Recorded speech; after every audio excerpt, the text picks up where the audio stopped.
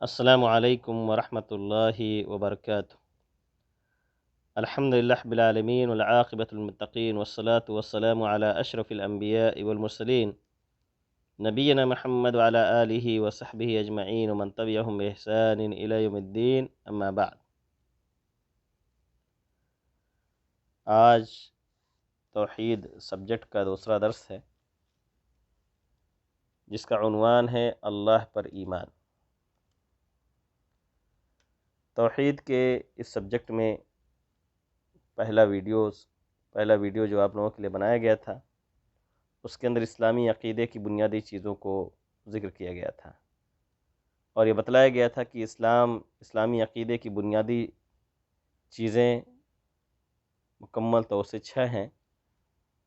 پہلا اللہ پر ایمان، دوسرا فرشتوں پر، تیسرا آسمانی کتابوں پر، چوتھا نبیوں اور رسولوں پر ایمان،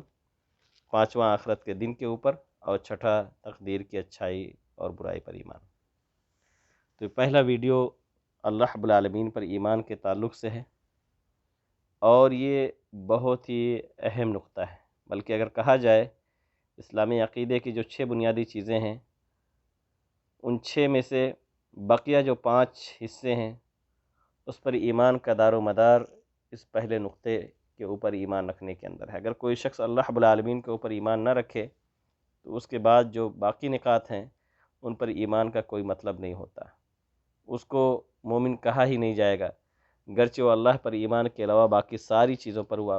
یقین رکھے، ساری چیزوں کا اقرار کرے، اور ساری چیزوں پر کے ناحیے سے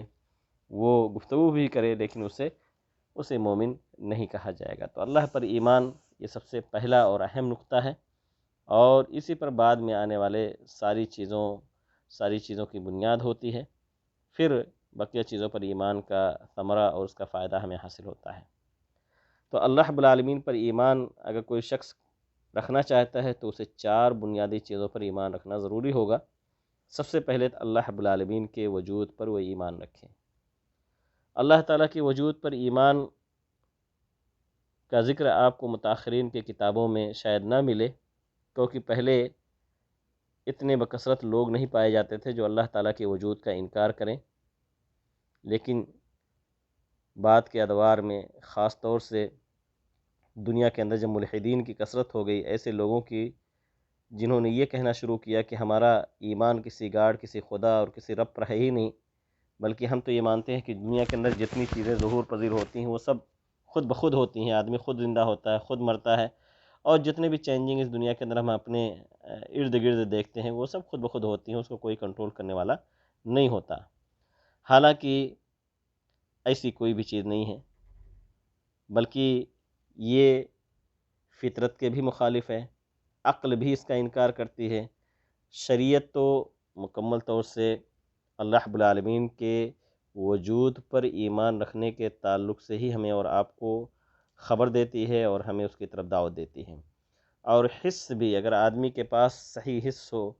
تو وہ بھی اس بات پر دلالت کرتی ہے کہ اللہ تعالیٰ کا وجود ہے۔ فطرت کے تعلق سے تو حدیث کے اندر ہی موجود ہے، نبی کریم صلی اللہ علیہ وسلم نے فرمایا، صحیح بخاری کی حدیث ہے کہ ما من مولود الا یولد علی الفطرہ، کہ کوئی بھی بچہ جو ہو وہ فطرت پر پیدا کیا جاتا ہے، فطرت یعنی دین اسلام پر، اور دین اسلام کا مطلب یہ ہے کہ اللہ تعالیٰ کے وجود کے اوپر اس کا ایمان ہوتا ہے، مگر یہ کہ فابواہ یحودانہ او ینصرانہ او یمجسانہ، لیکن اس کے ماں باپ اسے یہودی، نصرانی یا مجوسی بنا دیتے ہیں۔ تو بچہ فطری طور پر اللہ رب العالمین کے وجود پر ایمان رکھتا ہے، اگر اس کے ذہن کو نہ پھیرا جائے تو بڑا ہو کر کے بھی وہ اللہ رب العالمین کے وجود کا اقرار کرنے والا ہوگا۔ اسی طریقے سے عقل بھی اسی چیز کو مانتی ہے، کیونکہ عقل ہماری اور آپ کی دنیا کے تمام سلیم الطبع انسان کی عقل یہ کہتی ہے کہ کوئی بھی چیز دنیا کے اندر جو بھی موجود ہے اس کا کوئی نہ کوئی موجد ضرور ہے، یعنی جو بھی مخلوق ہے اس کا خالق کوئی نہ کوئی ہے۔ تو دنیا کے اندر، اس پورے کائنات کے اندر 2 ہی چیزیں ہو سکتی ہیں، یا تو خالق یا مخلوق۔ مخلوق ہم سبھی ہیں اور خالق صرف اور صرف اللہ رب العالمین ہے۔ تو عقل اس چیز کو مانتی ہے۔ ایک آدمی معمولی سے معمولی چیز کے بارے میں اگر لوگوں کے سامنے کہے کہ اس کا وجود خود بخود ہو گیا، اسے بنانے والا کوئی نہیں ہے، تو دنیا شاید اسے پاگل اور مجنوں مان کر کے اور اسے ہاسپٹلائز کر دے ایسی جگہوں پر جہاں پاگلوں کا علاج ہو۔ تو بالکل عقل اس چیز کا اقرار کرتی ہے کہ اللہ رب العالمین کا وجود ہے، ایسی ذات کا وجود ہے جو اس کا موجد ہے، جس نے اس کو بنایا ہے۔ شریعت تو مکمل طور سے اسی بات کی گواہی دیتی ہے، بلکہ آسمانی کتابیں جو بھی ہمارے پاس آئی ہیں وہ کسی انسان کی تخلیق کردہ نہیں ہے، کسی انسان نے اس کو نہیں لکھا۔ اللہ رب العالمین نے شریعت کے اندر ہی ان ساری چیزوں کے بارے میں ہمیں اور آپ کو آگاہ کیا کہ اللہ رب العالمین کا وجود ہے، اور یہ شریعت جو شرعی کتابیں ہیں، جو آسمانی کتابیں ہیں، یہ سب ہمیں اور آپ کو اس بات کا چیخ چیخ کر کے اعلان کر رہی ہیں ہمارے سامنے کہ اللہ رب العالمین کا وجود ہے۔ ایسے ہی حس ہم محسوس کرتے ہیں، ہم پڑھتے ہیں قرآن کے اندر بھی، اور اسی طریقے سے پہلے آسمانی کتابوں کے اندر کہ کس طرح نبیوں اور رسولوں نے دعا کیا اور اللہ رب العالمین نے ان کی دعاؤں کو قبول کیا۔ اور ہم میں سے بھی نہ جانے کتنے ایسے لوگ ہر دن اپنے ہاتھ اللہ تعالیٰ کی بارگاہ میں اٹھاتے ہیں اور ان کی دعائیں قبول بھی ہوتی ہیں۔ تو محسوس بھی ہوتا ہے کہ ایسی ذات موجود ہے جو ضرور ہماری مدد کر رہی ہے، ضرور جو ہے ہماری دعاؤں کو سن رہی ہے، اور ہمیں وہ چیزیں عطا کر رہی ہیں جو کہیں نہ کہیں ہمیں جس کی چاہت ہوتی ہے۔ ایسے ہی حس کی ایک قسم ہے کہ بہت سارے بڑے بڑے معجزات ہوئے نبیوں اور رسولوں کے ذریعے سے، مثال کے طور پر حضرت عیسیٰ علیہ السلام کا زندہ کر دینا مردے کو، یا کوڑھ کے بیماریوں کا علاج کر دینا، ہاتھ پھیرتے ہی مختلف قسم کے خطرناک بیماریوں کو دور کر دینا، اللہ کے رسول صلی اللہ علیہ وسلم کا انگلی کے اشارے سے چاند کے 2 ٹکڑے کر دینا جو کہ بہت بڑا معجزہ تھا، یا موسیٰ علیہ السلام کا لاٹھی مار کر کے جو ہے سمندر کے اندر راستے بنا دینا، یہ اس بات کی گواہی دے رہی ہیں کہ کوئی نہ کوئی ایسی ذات ہے جو ان ساری چیزوں پر کنٹرول رکھتی ہے، اور جو سب سے زیادہ طاقتور ذات ہے اور وہی اللہ رب العالمین کی ذات ہے۔ تو اللہ تعالیٰ کے وجود پر ایمان بالکل فطرت، عقل، شریعت اور حس کے عین مطابق ہے، اس سے ان ساری چیزوں کا کوئی ٹکراؤ نہیں ہے۔ اس کے بعد دوسرا نقطہ ہے اللہ رب العالمین کی ربوبیت پر ایمان،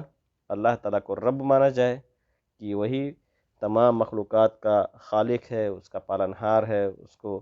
روزی دینے والا ہے، اس کو موت دینے والا، زندگی دینے والا، تو اللہ رب العالمین کی ذات ہی ہے جو ان تمام چیزوں کا اختیار رکھتی ہے۔ اللہ تعالیٰ قرآن مجید کے اندر کہتا ہے اعوذ باللہ من الشیطان الرجیم بسم اللہ الرحمن الرحیم الا لہ الخلق والامر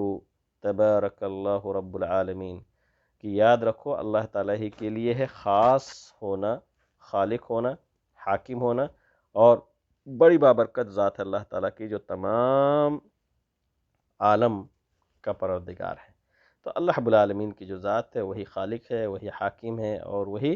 برکتوں والی ذات ہے۔ اللہ رب العالمین کی ربوبیت پر ایمان رکھنا، ویسے تو دنیا کے اللہ تعالیٰ نے قرآن میں ذکر کیا ہے کہ اللہ کی ربوبیت کا اقرار کفار و مشرکین بھی کرتے ہیں، اور یقیناً کرتے ہیں، وہ بھی مانتے ہیں کہ یہ بڑی بڑی جو مخلوقات ہے، آسمان ہو، زمین ہو، سورج ہو، چاند ہو، ستارے، دریا، سمندر، یہ سب اللہ رب العالمین ہی نے پیدا کیا، اس کو کسی انسان نے نہیں بنایا ہے۔ تیسرا نقطہ ہے اللہ رب العالمین کی الوہیت پر ایمان۔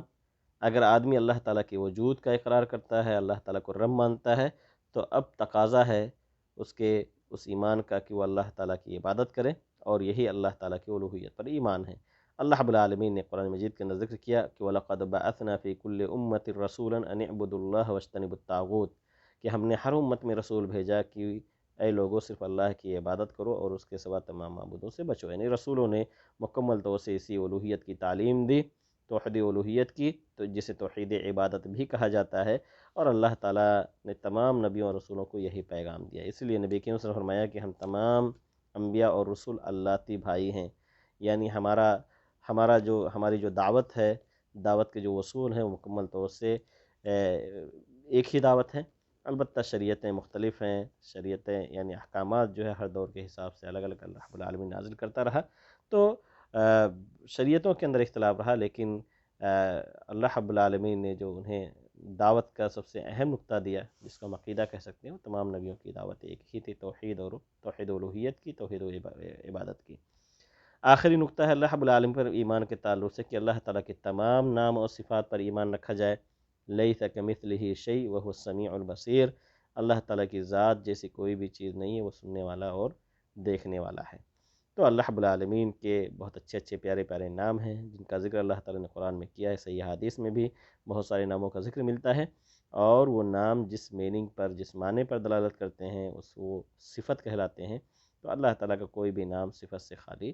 نہیں ہے۔ تو یہ اللہ تعالیٰ کے اوپر ایمان کے تعلق سے مختصر سی گفتگو کی گئی۔ اللہ تعالیٰ سے دعا کریں کہ اللہ رب العالمین ہمیں عقیدے کے اس اہم نقطے پر مکمل طور سے ایمان رکھنے کی توفیق عطا فرمائے، اور اسی کے مطابق اللہ تعالیٰ ہم سب کو اپنی زندگی گزارنے کی توفیق دے۔ آمین۔ وآخر دعوانا الحمد للہ رب العالمین۔ السلام علیکم ورحمۃ اللہ وبرکاتہ۔